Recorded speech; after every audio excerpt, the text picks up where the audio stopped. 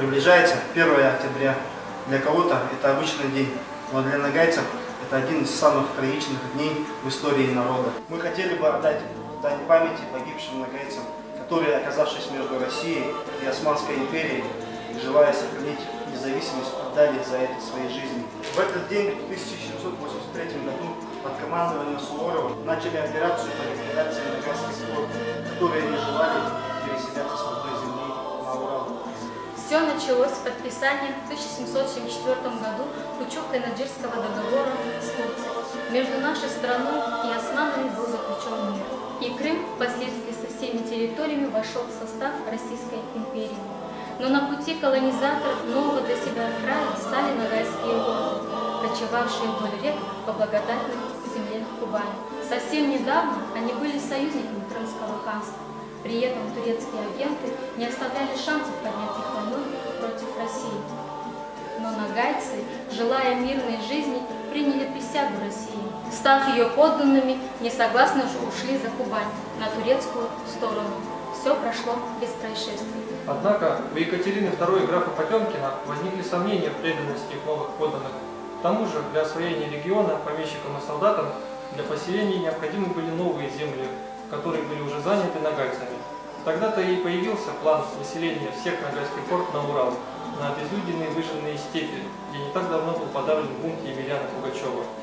Некоторые нагайские мурзы, не желая ссориться с Россией, согласились на переселение, но большая часть народа была категорически против такого развития событий, не желая оставлять родную землю. В результате начались волнения, которые переросли в восстание, жестоко подавленное армией Суворова. Карательная армия Суворова предусмотрела все возможные варианты исхода событий, так как она состояла из 16 рот пехоты, 16 эскадронов драгун, 6 донских полков, а также артиллерийские расчеты Кубанского корпуса. Разные источники описывают одну картину и всегда один итог. Нагайцы были практически полностью уничтожены, лишены родины и изгнаны с привычных им земель. Подавление восстания началось ранним утром 1 октября и закончилось спустя несколько недель, так как задача была найти разбросанного по степи противника и добить. Оставшиеся в живых представители нагайского народа ушли в Турцию. Произошла настоящая катастрофа для нашего народа. По оценкам кандидата исторических наук Арслана Юсупбаева, было перебито в общей сложности свыше 500 тысяч нагайцев. Около 1 миллиона человек ушли в Турцию. В нагайском информационном поле есть стойкое мнение, что произошло истребление нагайского народа. Если посмотреть на сегодняшнее количество нагайцев в составе России и на их разбросанность по регионам, то можно убедиться в этих выводах и цифрах. Нагайцы после тех событий окончательно потеряли свою государственность и единство. Те события имели тяжелые последствия, которые мы можем наблюдать даже сегодня, так как нагайский народ в каждом из регионов в меньшинстве по численности, а в некоторых регионах фактически лишен прав. Несмотря на сложные исторические отношения между нагайцами и Российской империей, где мир в средние века нередко сменялся войной, сегодня никто не вспомнит о положительном вкладе нагайцев в историю взаимоотношений двух народов, который повлиял на ход истории и на страну в целом.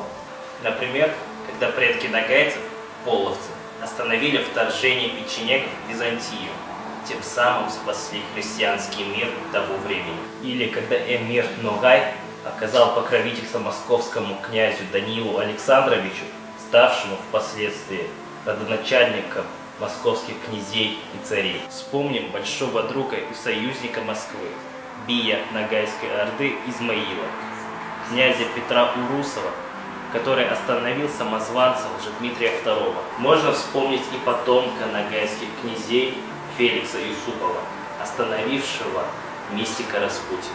Говорят, что прошлым жить нельзя, но именно это прошлое напрямую влияет на настоящее и будущее нагайцев. Разные народы, столкнувшись с преобладающей силой, проявив гибкость и подчинившись более сильному сюзерену, сегодня имеют стабильное будущее. Нагайцы же выбрали свой путь. Это был путь их чести, путь с таким печальным итогом. Сегодня предпринимаются попытки пересмотреть те произошедшие события, уменьшить масштаб трагедии, говоря о том, что истребление – это преувеличение. Есть мнение, что это было вооруженное столкновение в открытом бою, где нагайцы честно проиграли. Но почему-то опускаются тактические маневры Суворова по скрытному продвижению и нападению ранним утром на спящий стан, применив при этом артиллерию. Безусловно, сегодня нагайцы являются частью нашей большой, дружной, многонациональной страны. Мы хотим лишь одного – адекватной оценки тех событий, справедливого отношения. Возможно, в это трудно поверить, но нагайцы, пережив те события почти 250-летней давности, не восстановились до сих пор, являясь меньшинством, раздробленным на границе судьбы. Возможно, наш народ сохранился не зря. Сегодня нас ожидает долгий и сложный путь к возрождению. Традиционно 1 октября, День памяти и скорби о нагайцев, мы бы хотели почтить память о наших предках. Мы вспоминаем об этих тяжелых событиях и призываем сделать дуа о погибшем в этот день.